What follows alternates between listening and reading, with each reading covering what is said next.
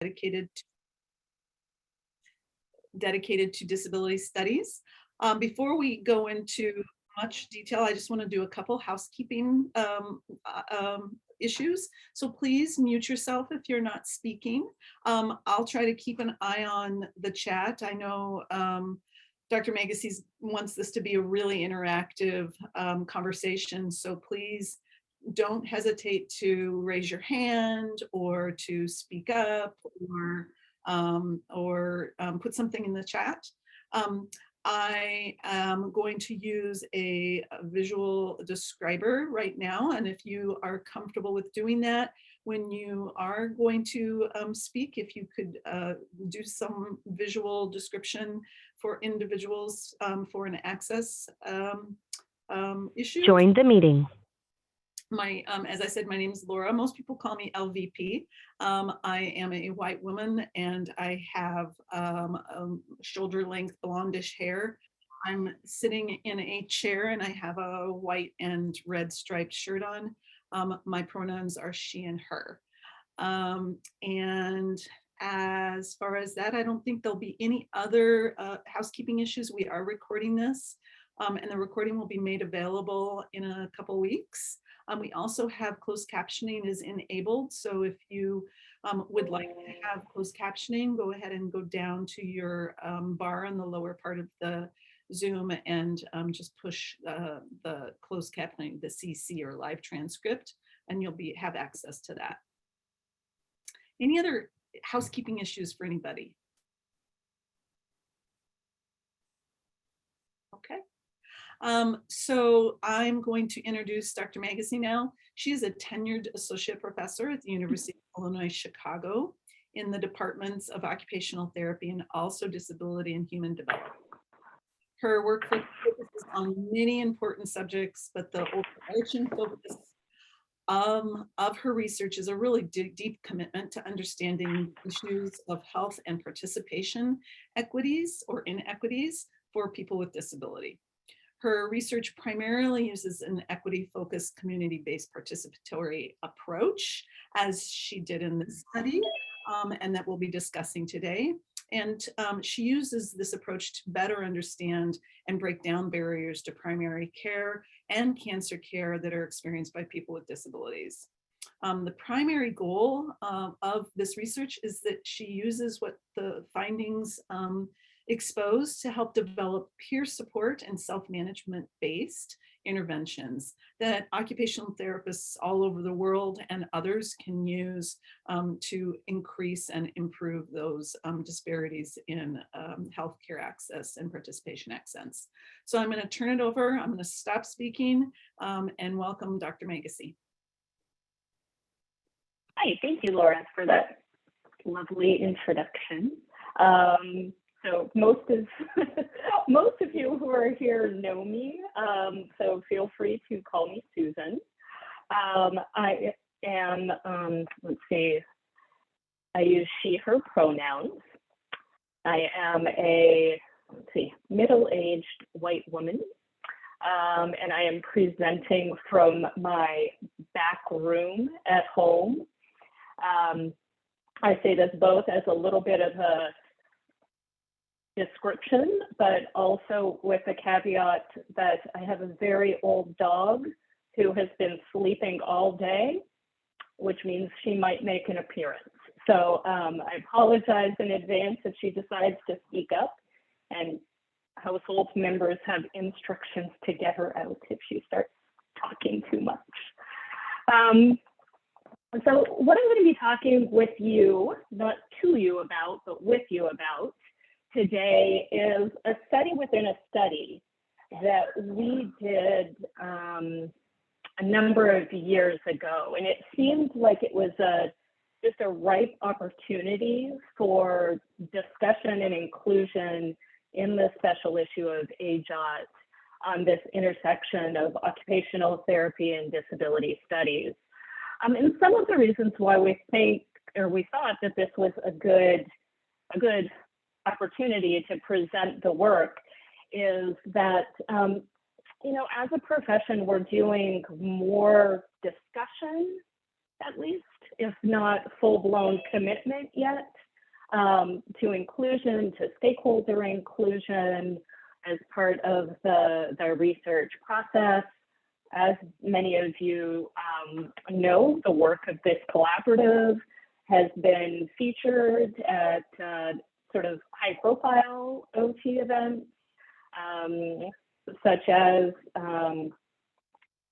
Chrissy Patton's Schlegel lecture, and I think it's a really nice opportunity to showcase how we are being informed by the work of our collaboration with disability studies, and ways that we can just continue to sort of drive the profession forward and challenge the profession and challenge ourselves as scholars, as educators, as clinicians, to think about how we work with consumers.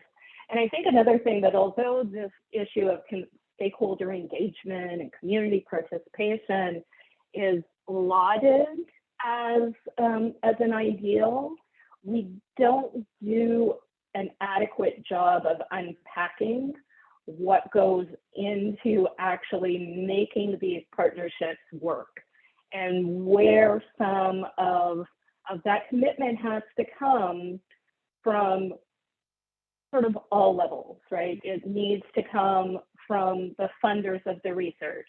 It needs to come from OT programs who are training, who are the OT scholars sort of now and into the future. It needs to come from university committees who are reviewing faculty member for things like promotion, like tenure, to recognize what it takes on behalf of the scholars to do this kind of deeply engaged, social justice oriented work that we're all saying we care about. But does that mean that we're actually supporting the people who are trying to do that work, and what might that support look like? There have been conversations in, community-based participatory research and about the needs to educate P&T committees or other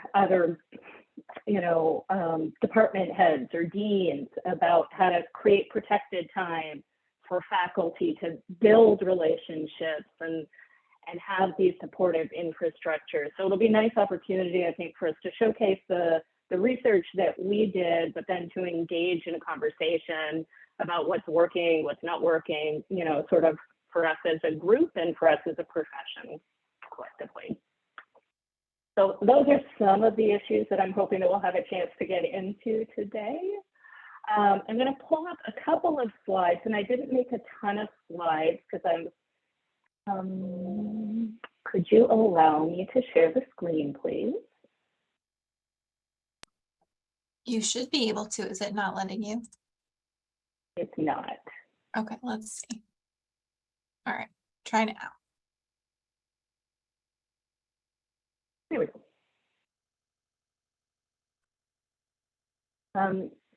So this was the title of our paper, Inside an Occupational Therapy Disability Community Partnership to Promote Health Management, Ethnography of a Research Collaboration. I am presenting today, and it's always weird to present on community engaged work by myself. But for today, that's what we're going to do. But my team members included members of the disability community, co-researchers, and then also some of the research assistants were part of the analysis, writing, and doing of this research in this paper.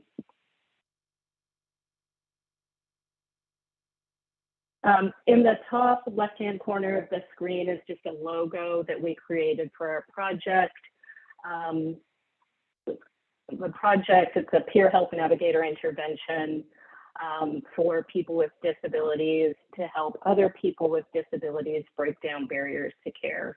So as part of OPENS, we designed and implemented this intervention. So we have the logo is sort of two double doors swinging open to represent the opening up of opportunities that comes with peer navigational support. And in front of those two doors are two sort of figures who are sitting in wheelchairs to represent the peer PHN, Peer Health Navigator partnership. At the bottom of the screen is just another logo of a person in a wheelchair seated at a computer and a person standing beside them sort of engaged in conversation, just again to represent some of the collaborative work that our OT staff members did with our peer health navigators. So a little bit of the background of the study. It was funded as a 5-year community-based participatory research study aimed at developing, implementing, and evaluating this peer health navigator intervention. And we used a clinical trials design to evaluate the intervention.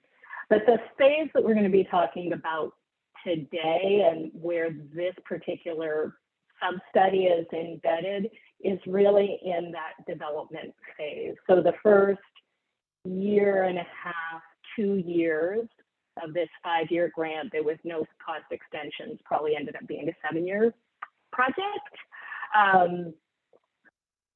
It was funded also by NIDLR, the National Institute on Disability, Independent Living and Rehabilitation Research, through a funding mechanism that is called a Rehab and Research Training Center grant.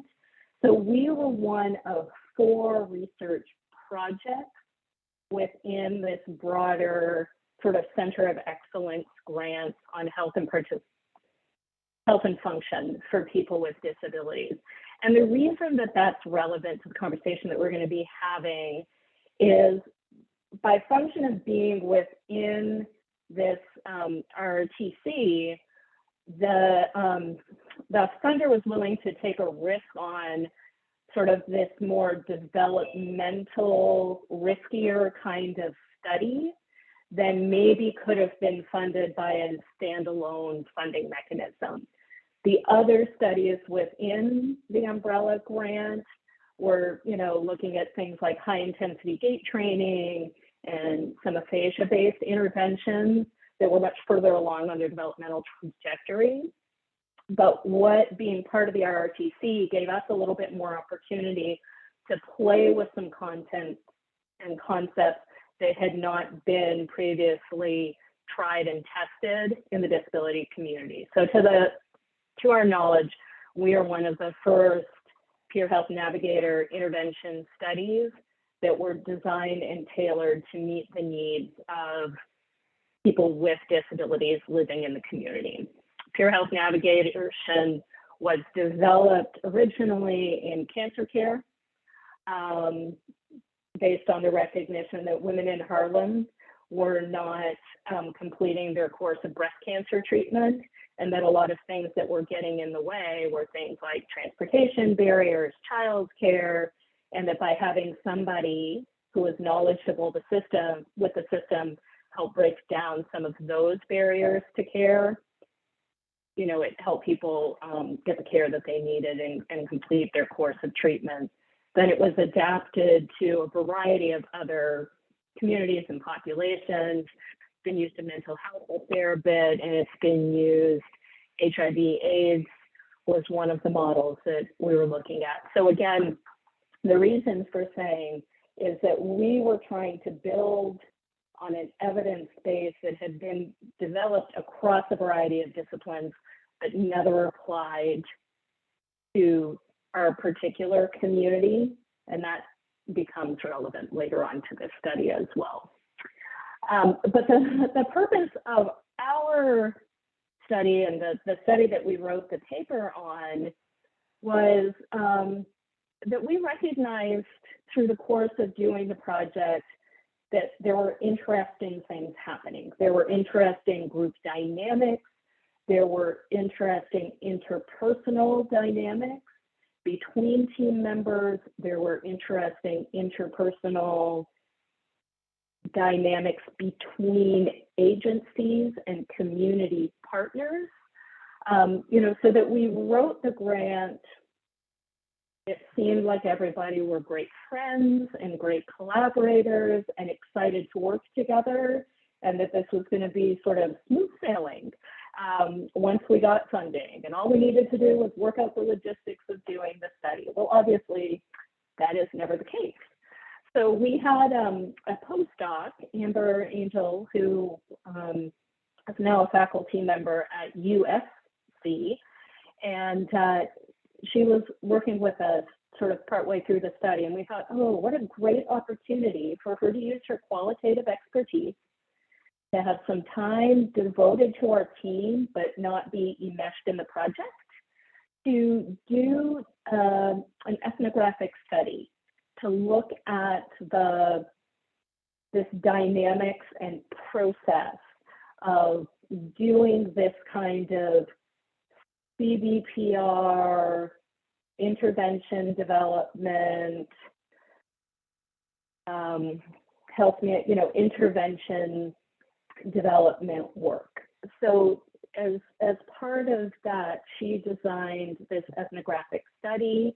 She was able to sort of study our team over the course of 9 months.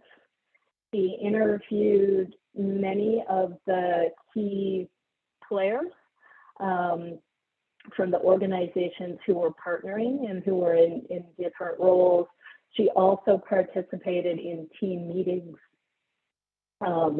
with our peer health navigator cohort and took observational field notes from those. So that became our data set or data corpus that we used for analysis.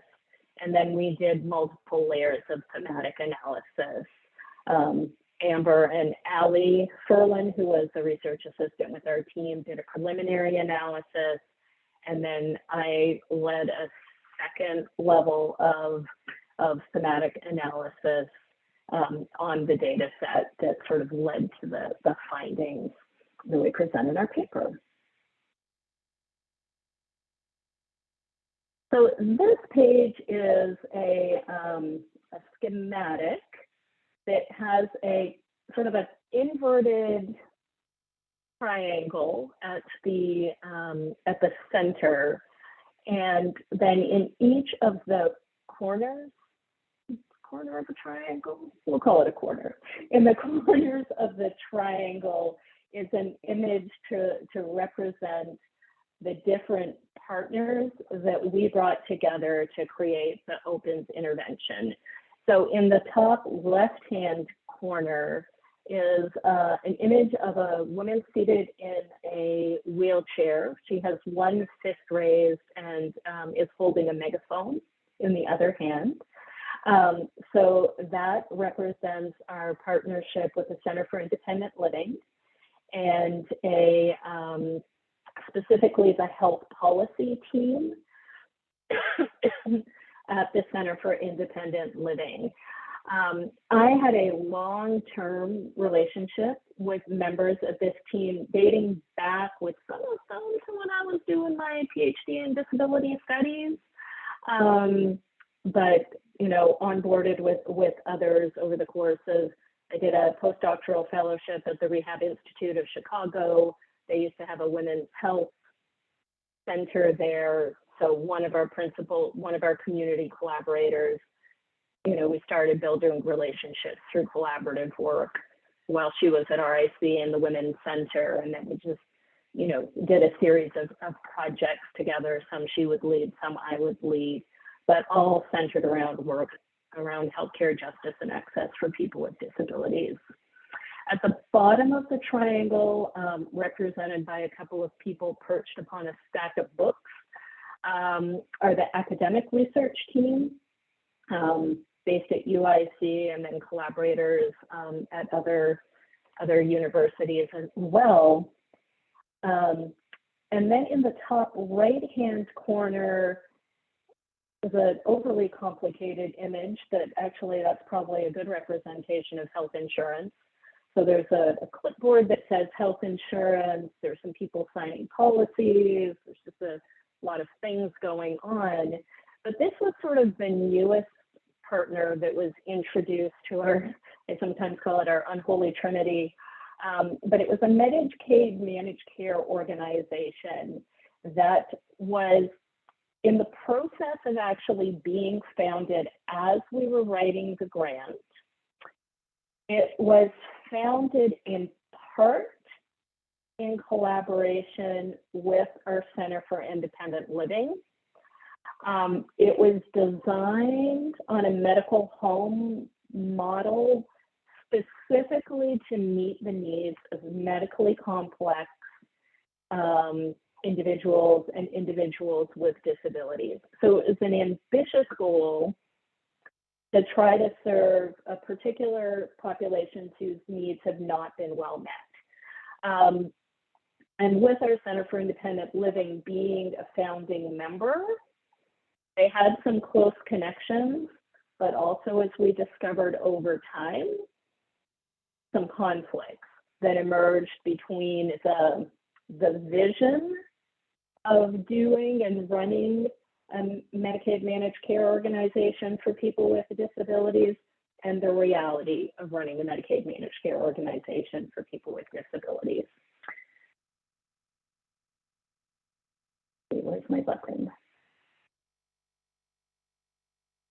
Over here. So this next slide is just a repeat of the previous slide, but what I've added in under each one, and this is important to our findings and some of what prompted, that even though we all agreed on the importance of peer health navigation and on delivering quality health care for people with disabilities, each of us as partners were approaching it from a different vantage point. So our Center for Independent Living partners, obviously their sort of raison d'etre is advocacy, activism, fighting for social justice, advancing a disability rights agenda. It's who they are, it's what they do, it's what they're good at, and it's who they are to their core. The Medicaid managed care organization, even though it's designed as a not-for-profit, it is a Medicaid managed care organization. You know, so its raison d'etre is to do care coordination, bring in physician partners, coordinate the work of the care coordinators, making sure that they're meeting those state-specified metrics of what a Medicaid managed care organization needs to do. And as one of our participants said, you know, even though we're a not-for-profit, we are a business. And our business is delivering healthcare to our members, not delivering peer navigation, not doing disability rights. And one of our team members had the brilliant idea as we were launching the partnership and the project was that she would actually attend the training for their care coordinators. And one of the things that she brought back from that training was the Medicaid managed care organization's emphasis and mantra that our job is not to give our members what they want. Our job is to give our members what they need. And they had their formulas for determining what that need was. Then the academic researchers, you know, obviously we have our own agenda too, and it's to advance our research agenda. And that research agenda is kind of twofold. It involves building on the evidence, and that's why I thought it was important to mention sort of that legacy of care navigation. So we tried to sort of systematically and intentionally create this evidence-informed intervention.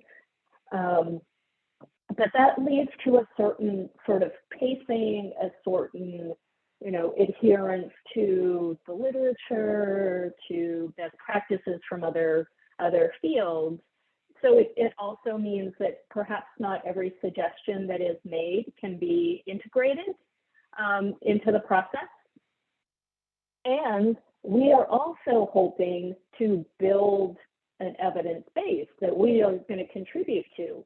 So we need to have that sort of due diligence that we're doing science in a way that will be, again, respected, taken seriously, and hopefully contribute to the evidence base.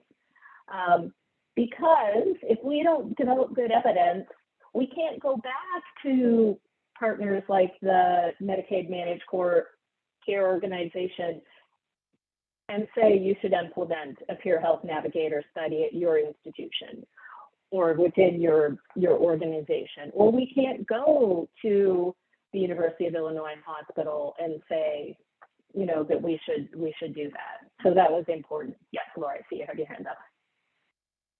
So this is such an amazing schematic, and as I'm looking at it, and for the first time, I'm seeing how this could. Do you think that having this up front before, when in the grant writing, as you're creating the relationship with the research teams, do you think that having this up front at the beginning might help identify or open communications or clarify that while we all have this common goal, here are each of our individual goals?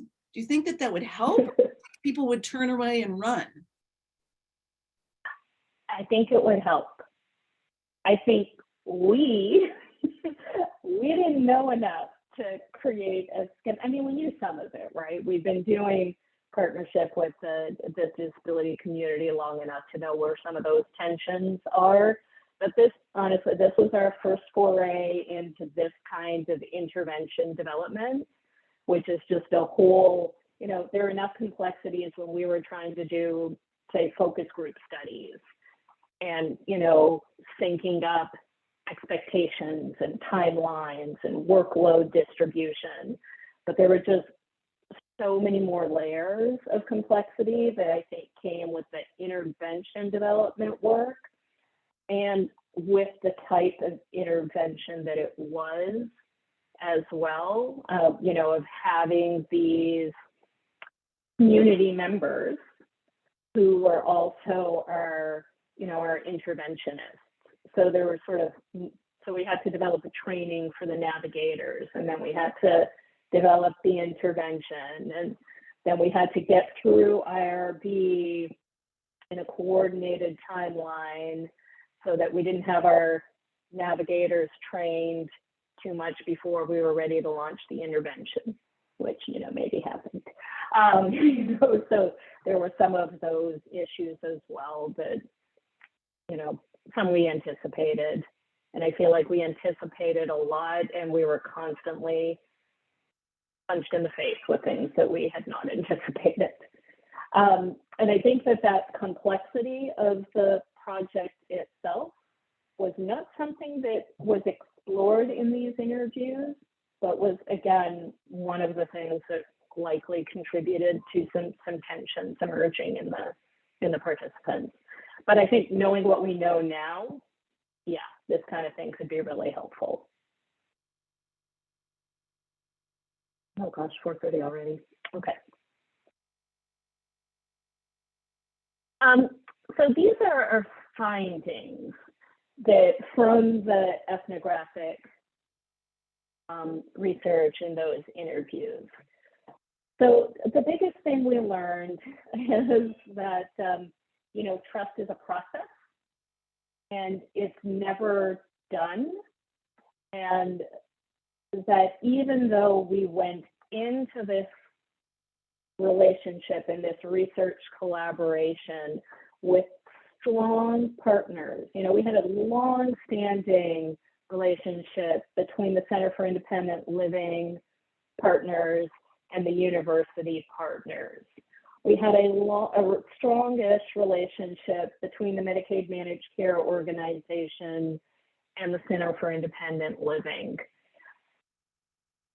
But that didn't mean that trust was done, and trust was sustained at every step in the process. So it was one of those things that we felt like we were constantly needing to earn our partner's trust over and over again.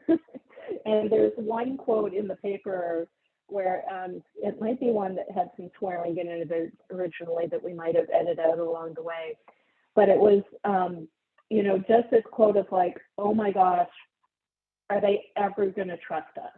Are they ever going to believe that we as the academic team are doing this work with good intentions, with a deeply held commitment to issues of social justice, of equitable participation,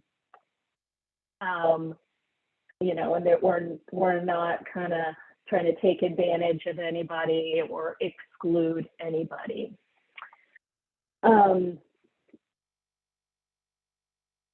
There was also issues around shared governance. You know, and shared governance, again, it's one of these things that's kind of lauded as an ideal. Yes, everybody should be able to take part in the decision-making process. Everybody should be involved in, you know, every decision, and we ought to do that collaboratively. Not really feasible in practice, and honestly, not all community partners want to have their hands on every piece of the puzzle. So some of that was figuring out which parts people wanted to be involved with, and when they wanted to be involved with, when they wanted to take a little bit of a step back and have sort of some decisions shared with them, when to weigh in. There was a lack of, you know, we're not always 100% consistent either, sort of as human or as organizations.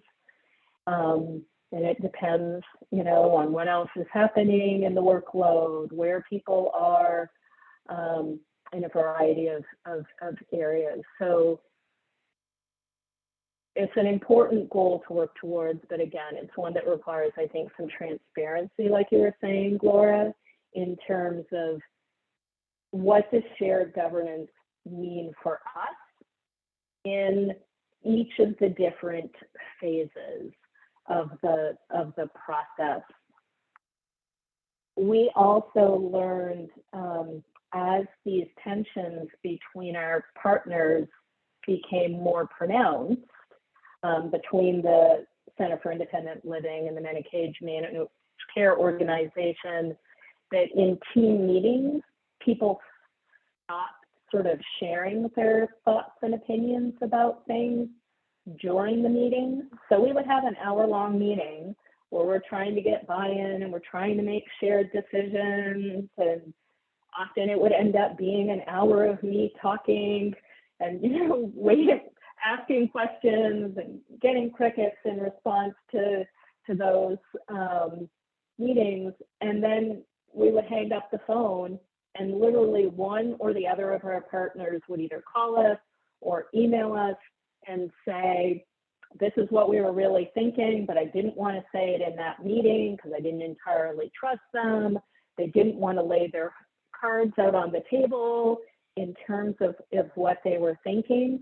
So there became a lot of this hidden labor in terms of, okay, there's what happens in the meeting, but then there was the planning we had to put in before the meeting. There was the debriefing that we would do as a small group, and often being like, what the hell just happened in that meeting? Why were our advocacy partners challenging every word we said? Why were our MCO partners blocking everything that we tried to do? And, you know, so it was some of those that we would like try to make sense of what was happening, and a lot of it was some reading between the lines. So that relates into this power dynamics. There are a lot of power dynamics going on. Who had the power within any moment was transient and shifting. You know, there were some things that the Medicaid Managed Care Organization sort of held all the cards for. There were some things that the Center for Independent Living maybe had more control over. There were aspects that we as academic partners and the research team, you know, had control over, but it was shifting and you know, not always obvious in the moment. This idea of humility being essential, and I think that that's true in community engaged research in general. It is essential that when you are building partnerships with groups like the disability community or like other groups that have maybe experienced a lot of systemic oppression, who have maybe had bad relationships with previous researchers, they, you know, there had to be a willingness to kind of take the critique in the moment and reflect and respond to it, be responsive to feedback in some ways that maybe other community partners were not used to being held similarly accountable or absorbing similar critiques on their own roles and contributions. I think that that's one thing that many researchers need to figure out is how do you build in systems of accountability, excuse me, systems of accountability where you hold each other accountable as well. There was also some recognition that maybe there were things that happened just in the course of doing a project of this complexity, responding to emails in a particularly expected timeline, because of the tensions that were starting to emerge and the challenges negotiating the power dynamics. We also did some splitting of the group into work groups, so that, you know, the CIL and the academic team focused on like curriculum development, and the Medicaid Managed Care Organization worked with the research team on things like recruitment and workflow issues. But as a result of that, some team members felt like they were being squeezed out of decisions, and one of our partners talked about feeling somewhat disconnected from the work as a result of that, which I did not realize until I read his interview transcript. But that's important. And then the final piece, or one of the other big findings, was the importance of getting the right people in the right roles and how key that was to the success of the work. I think, again, that feeds into this need for humility and recognizing what you're good at and what you're not good at, and how to bring the right people into your team and your project to help meet some of those needs. We were fortunate and intentional, I wouldn't say it's all fortune, to have members of the disability community who were part of each team. So we had researchers with disabilities who were part of the academic team. We had people with disabilities who were members of the Medicaid Managed Care Organization and had a history of working previously within the Center for Independent Living. So they knew the cultures and could communicate kind of across borders and across boundaries. So they did a tremendous role of serving this kind of bridging function. So even though they were sort of ostensibly, oh, you're on the academic team, they were maybe also spending some time at the Center for Independent Living and back again, so that they played multiple roles on different teams and were able to sort of translate some of the issues or, you know, some of those small miscommunications that happened along the way. They were able to smooth some of those out, which helped bridge the teams, bring them together, and help foster that kind of trust. I've already mentioned the hidden labor piece. So those are the words that are sort of listed out as the findings on the slide. I also have this graphic that was supposed to be like, I don't know, some bubble wrap or cling wrap that is meant to like wrap around all these findings.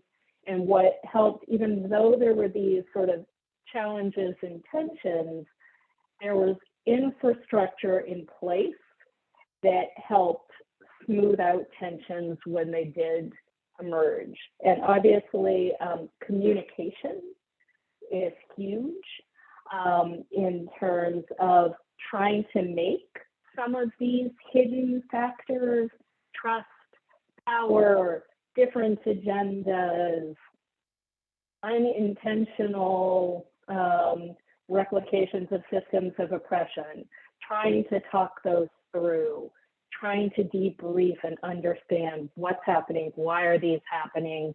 We would do that within our team, but then we would also do this work across the three teams.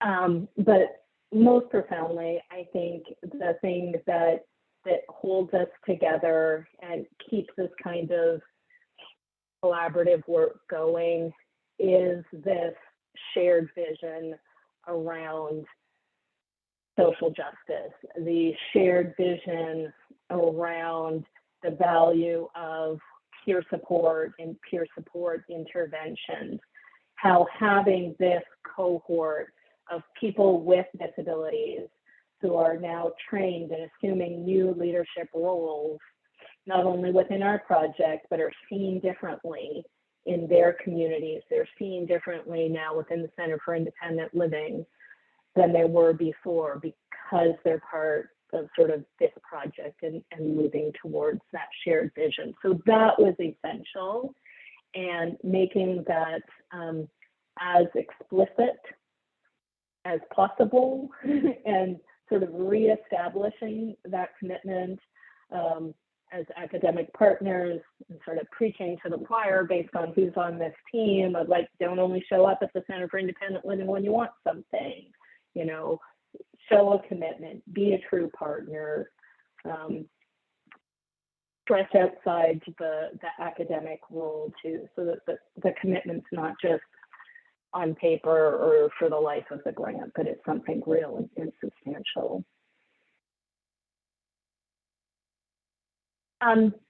So a few implications that we think came out of this work is, I probably talked about some of these already. One, that we just think it's imperative for the profession as we move into addressing population level health intervention, community-based interventions, that we really need to make the commitment to do that work collaboratively and inclusively as we work towards that. It's true of the disability community, but it's true of other communities that we also seek to serve. You know, that we need to be willing to have those difficult conversations, even when they're hard, even when they're slightly uncomfortable. That's what's going to help us move forward as a team and achieve our aims. This awareness of power relationships and how do we negotiate them all the time? How do you share leadership and ownership amongst not only across teams, but within teams as well. And that goes back to this idea of having the right person in the right role. How do you get your research team enthusiastic and excited about doing this work? You know, and let them play to their strengths, empower them to take ownership of it. It will strengthen the work as a whole. Build in systems of accountability. I already mentioned this. Not just accountability of the academic partners to the community, but also thinking how the community partners can be accountable to the other partners. Mentioned the systems of oppression already, be aware of them, attend to them. If you make a mistake, fix it. You know, we also learned over the course of this study, relearned, had validated for us just the value of having occupational therapy practitioners, research assistants, team members who were infused and steeped in disability studies frameworks, but also so people who are both allies to the disability community, but also the value of having researchers with disabilities, OT practitioners with disabilities. Again, I know this is work that you're all committed to. This is something that individual programs and the profession as a whole needs to pursue more aggressively as we're making campaigns for, you know, more diversity, equity, and inclusion. We need to make sure that disability and students with disabilities, OTs with disability are part of that agenda.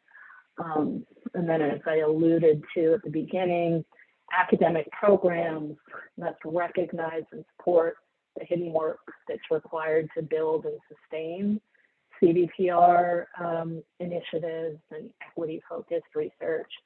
I know Rush University, where Laura is at, for example, as I understand it, has a model where faculty, you know, get 1 day a week, either for clinical work or for community engaged work with different organizations. It's a great way to foster those connections so that it's not an add-on that faculty have to do on top of their other workload or justify to their department heads or deans or whoever the powers that be are that this work is valuable, so that it's formalized, it's institutionalized, and it's respected.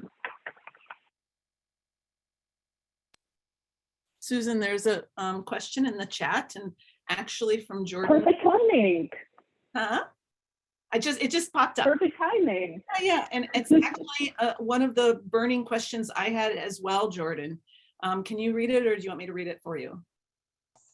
Hi, I'd like to hear more details regarding the implications of for accountability mechanisms. Yeah. Could you just elaborate a little bit, Jordan? Well, we've been talking a lot about accountability and the need for accountability, and I guess I just want to hear more about what you think would be helpful going forward if you did this project again.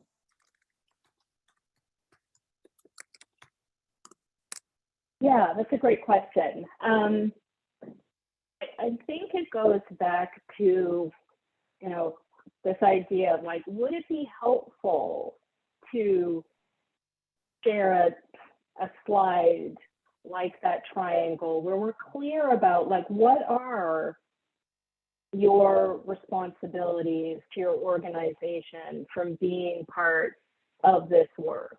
How can we be clear from the get-go about how we're going to collaborate? What do we owe to our organizations and partners, and what do we owe to each other to be able to sort of foster sort of true collaboration, an authentic collaboration is one thing.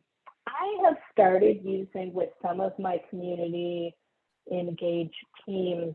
It was developed by Masuda and colleagues out of Canada, and it's actually a matrix that they developed for equity-focused knowledge translation. And what it walks you through or takes you through are really doing some critical self-reflection about what you as a collaborator bring to the team and the table. So it looks at communication structure. It looks to sort of issues of power dynamics. It challenges you to think about who you tend to include and value, who you maybe exclude intentionally or unintentionally, and what opportunities are realized and missed as a result of this. So the way that I have found this useful is that it makes some of these sort of probably implicit biases isn't the right term, but some of those sort of take it for granted ways that we operate and makes them explicit, both for myself as a team member, and it can shift over the course of the project or the type of project, but then also by having some discussions around this matrix and how other people position themselves in it too, it can be a starting point for having discussions around voice and power and authority. Yeah, so that's some of the ways, but I think I don't know that I've figured out the solution at this point, and I think it depends on your team and your team members too. A lot of organizations, what is their name now? Campus Community Partnerships for Health also have a lot of nice working documents on systems of accountability, and through some of their funding mechanisms, they also ask you to develop sort of your plan for collaboration and what you're going to do when those collaborations break down. Because at the grant writing phase, everybody's like, no, what? This is never going to break down. It's all going to be smooth sailing because we're so committed. I don't know about y'all, but it's always going to break down at some point, large or small. And just being, flexible enough to admit when things go wrong and be willing to address them in a kind of timely fashion. But I would say it's a work in progress. I think, Susan, I put in a Masuda reference. Is that the right one? Yes. Okay. Yeah. I have a question. I also use that. Oh, just one thing. I also use that matrix in my qualitative research class when we talk about issues around positionality and who you are as a researcher and what you bring to the research process. So I multi-purpose that thing. Yeah, it's a great article.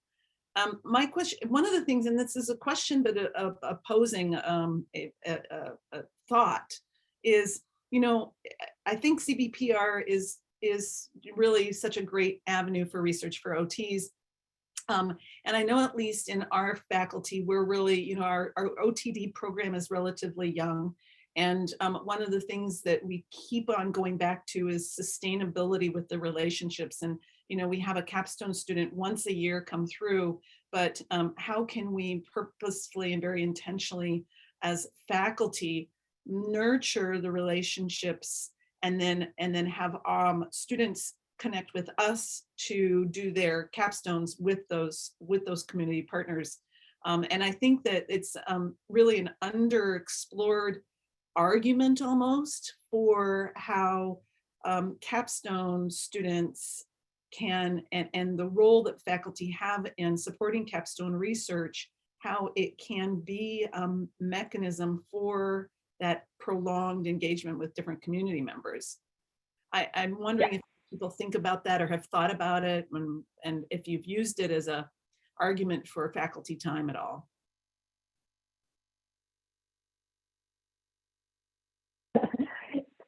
Funny, as I was getting ready for today, I was thinking about that it certainly is something that we should use. as an argument for that, and cultivating those those relationships more intentionally. It was also an argument that I was thinking of, we're in a city that has a high number of OT programs. And if we want to stay relevant to our community partners in competition, honestly, with other, great OT programs, around the corner, we're going to have to put in more time and effort to nurturing our relationships as a whole. So yeah, I think it's an argument that can be potentially compelling about it. I think it also challenges us to think creatively about how we use our students, how we build courses, and how we do sort of those community pieces to make sure that it's a win for the community organization as well. Yeah, this is Sandy. With that, I think it could be a good opportunity. However, if it's not done well, then you create more distrust. And in the past, it's all been the great healers coming to help the disabled as they approach independent living. And you've got years and years and generations of distrust because of that. Also because they always want the independent living people to do it for free for the good of their people, and not value the fact that the lived experience is valuable. But also in working with many OT programs across the country, so many of the OT faculty don't even have a inkling of a concept of what disability identity and disability justice is. And so if you've got faculty engaging to work in these areas, you got to get your faculty up to speed and change the culture within your institutions as well, and at least a starting point, because it just adds to the distrust. I think that's such a great point, Sandy, and thank you for raising it. And I think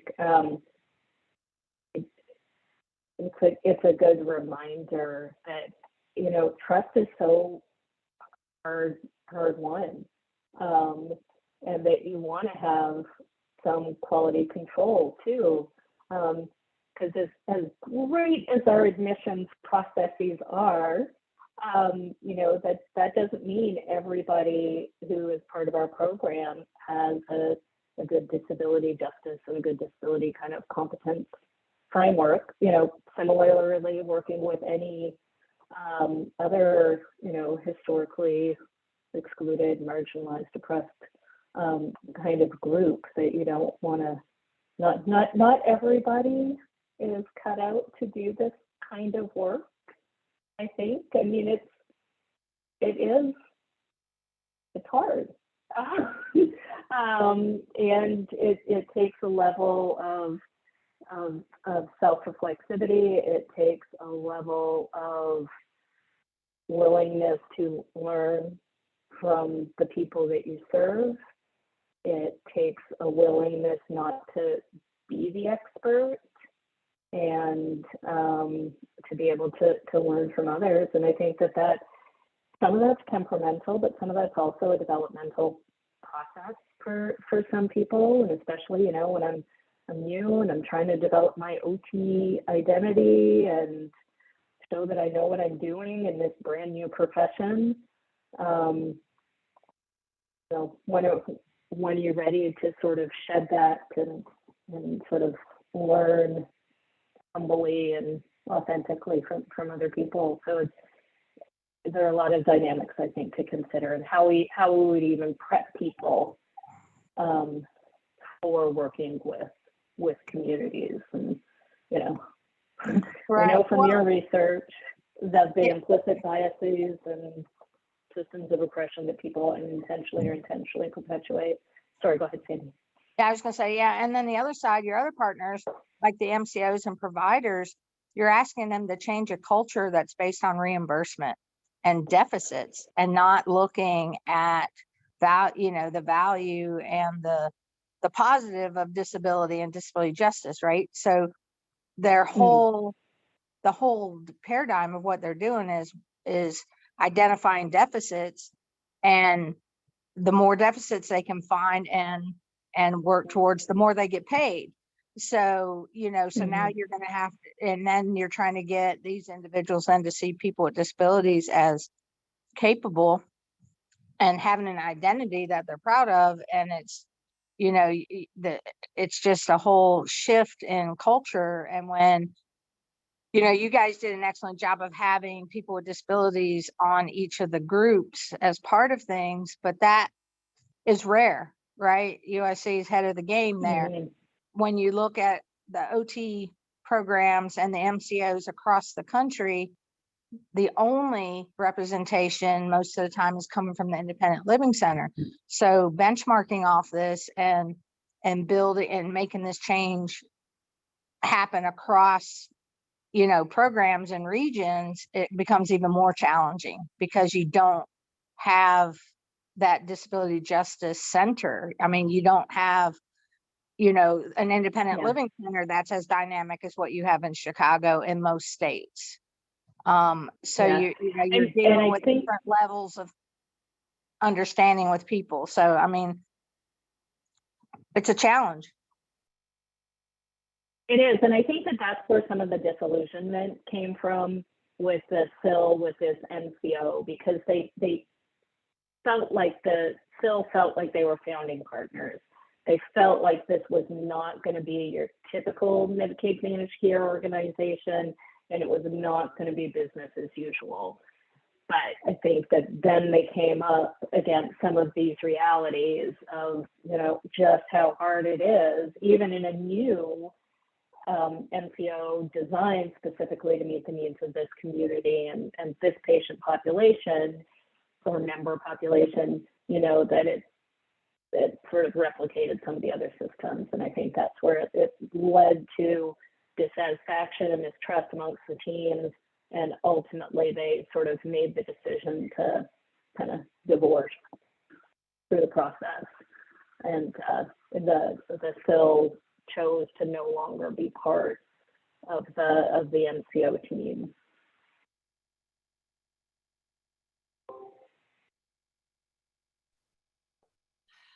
Any other questions for Susan? I talked more than I meant to. I meant to have more time for discussion. That's good. I do think that, you know, CBPR research is so fascinating, and I think your research is a great example for a lot of people to follow. And I believe that this manuscript is so rich, and more research like this should be happening to explore the dynamics so that we learn how to do it well. Because it at least in my mind, I feel like it's, you know, kind of trial by fire or learning by fire as I'm doing it, you know. I know that Aster had an announcement that they wanted to make before we conclude.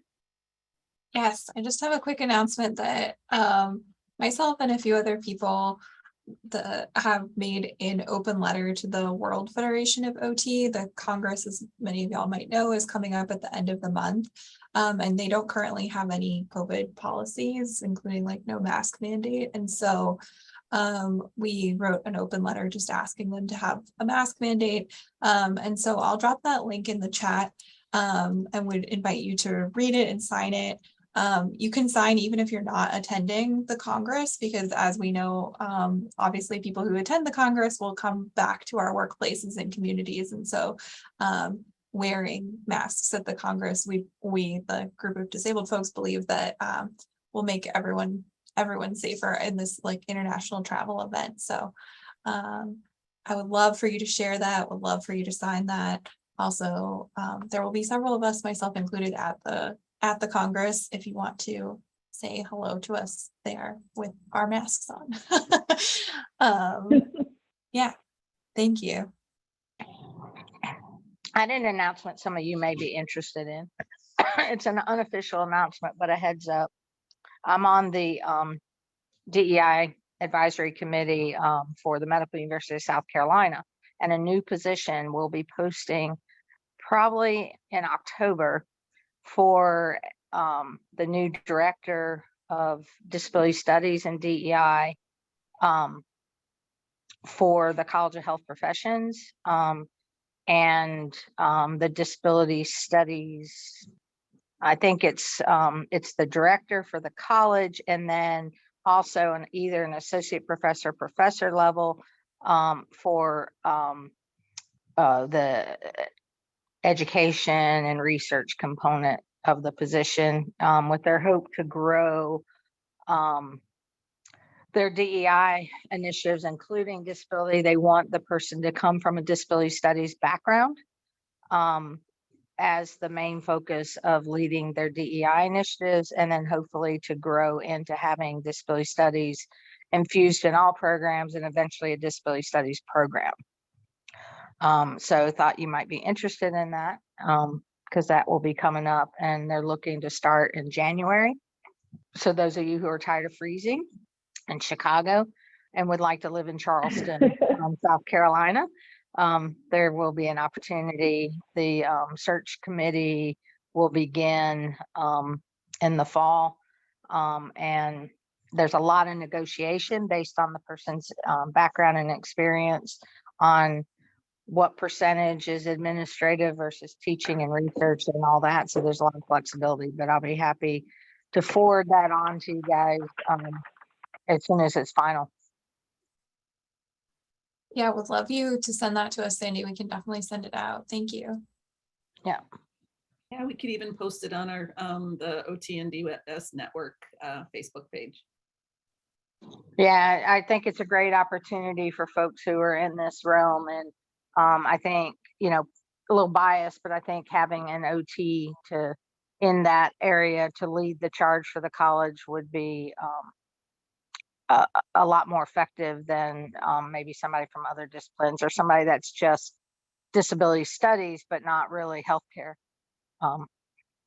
also. So thank you. Well, I just want to say I'm echoing Jenna said in the chat, and I'm sure everybody else. It was really great to hear this. I'm looking forward to disseminating it far and wide, and for people all around the world to be able to listen to it. So thank you so much for your time, Susan. We very much appreciate it, and your knowledge and wisdom. Well, thank you for coming. Thanks for coming on the last couple of weeks of summer.